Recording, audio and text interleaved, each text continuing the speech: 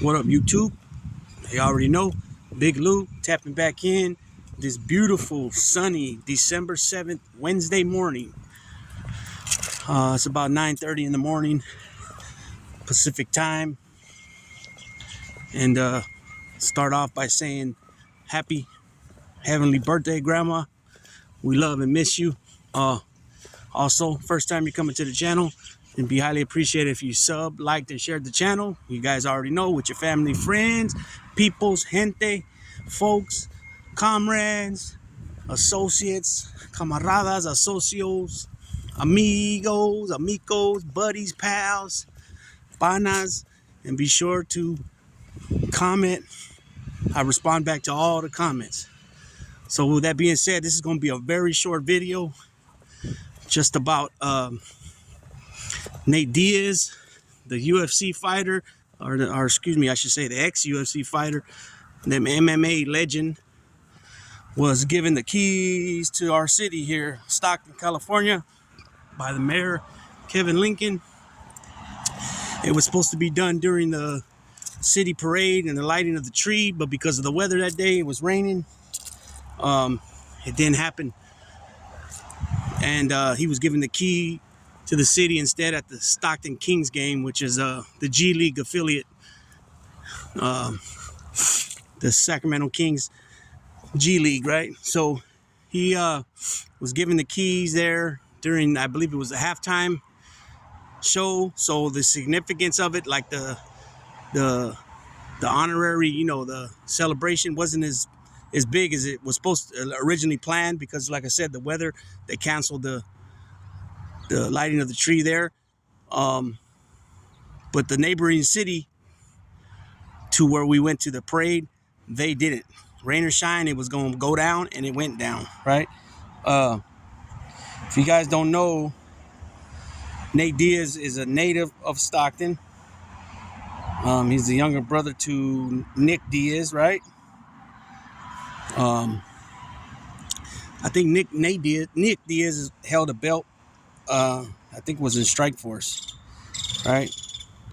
I'll give a little background on Nate for those that don't know. I mean, yeah, you know who he is, but he's born Nathan Donald Diaz on April 16, 1985. So that makes him currently, 37 years old? He's American mixed martial artist who is currently a free agent. Diaz is most known for the time he spent fighting in the UFC, where he fought for over 15 years after winning the Ultimate Fighter 5 prior to signing with the UFC.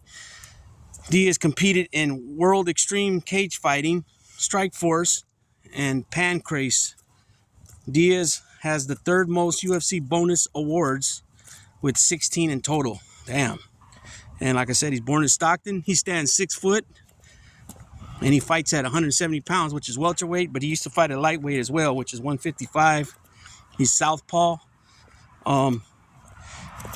His team, Cesar Gracie Jiu-Jitsu. He's trained by Richard Perez in boxing, Cesar Gracie in Brazilian Jiu-Jitsu. He's a third-degree black belt in Brazilian Jiu-Jitsu under Cesar Gracie. Everybody knows the Gracies. I mean, there's a ton of them. Everybody remembers Royce Gracie or Royce Gracie, depending who you're talking to at the time, who was the winner of the original UFC. He might have won the first two. I know he beat Ken Shamrock, and I believe it was two of them he won. If he didn't win them both, he was definitely in the finals for both. And then his father was a grand, I don't know if they call it grandmasters in jiu-jitsu, Brazilian jiu-jitsu. But since then, a lot of the family members, brothers, cousins, nephews, have ventured out and teach the Brazilian jiu-jitsu all over, all over, you know what I mean? Especially in California, they have schools everywhere, up and down the state. You'll see the name Gracie on the school, on the doors, on the buildings, you know what I mean? So definitely a well-known name in the game, right? So he's been active since 2004, and he's still present, but he hasn't signed with nothing. He might be doing some boxing. He might be doing some WWE stuff. He's got 35 total fights with 22 wins, 5 wins coming by knockout, 13 by submission, and 4 by decision. He's got 13 losses, 2 by knockout, 1 by submission, and 10 by decision. He has 1 kid, and everybody knows his brother, like I said, is Nick. He has a silver medal in the Pan American Jiu-Jitsu Championships in 2005. And I'll give you a little background. He's the son of Melissa, Knee Wobble, and Robert Diaz. He was born of Mexican and Anglo heritage and raised in Stockton, California with his brother Nick and sister Nina. He attended Tokay High School and at the age of 11 began in martial arts with his brother Nick. So that's a little background on that. Prior to his official MMA career, Diaz competed in a bare-knuckle MMA fight against Robert Limon on July 20th. On July 20th, 2002 at the age of 17. Footage has since emerged of the fight and is believed to be his first competitive experience. Upon making his official professional MMA debut, Diaz competed mainly for World Extreme Cage Fighting, WEC, and in 2006 at WEC 24, he fought for the WEC Lightweight Championship against then champion Hermes Franca, losing by submission in the second round. This was the last event held by WEC before it was acquired by Zuffa LLC, then parent company of UFC. And then he won the UFC Ultimate Fighter 5, was a contestant, like I said, which was exclusively lightweights, fighting on Jens Pulver's team. In the preliminary round, Diaz defeated Rob Emerson by submission. In the quarterfinals, he defeated fellow team Pulver teammate Corey Hill via triangle choke.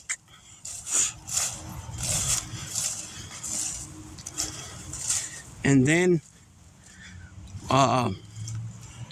and that was in the first round. He defeated him. In the semifinals, he defeated team Penn member Gray Maynard by submission, advancing to the finals, in which he faced teammate Manville Gambirian. Diaz won by submission after Gambirian was forced to tap out in the second round due to the dislocation of his right shoulder as a result of attempting a takedown. With the victory, Diaz won the Ultimate Fighter 5.